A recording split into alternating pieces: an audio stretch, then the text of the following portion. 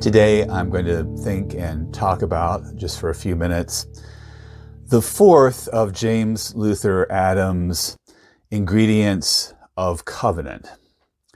This one he describes as follows.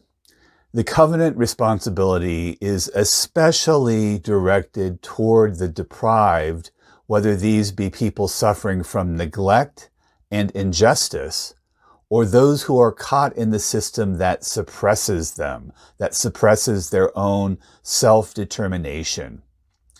It is the gap between covenant and system, between ideal and behavior, that creates deprivation and makes it difficult for a top-flight executive, for example, to speak out in public regarding his or her dissident convictions. So here, this is another way in which I think Adams was ahead of his time.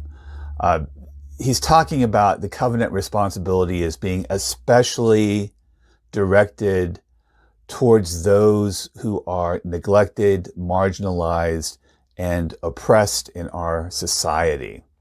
That any covenant worthy of the name has to focus on this idea of restoring justice. It has to be a part of it. And today, all of the talk about systemic oppression and injustice is directly related to this concept. If we are to have a generative vision of covenant, of promises we make and keep to each other, then it needs to be especially directed toward those who are marginalized and oppressed. And we also need to be able to talk about that in ways that are open and not restricted by whatever position we might hold.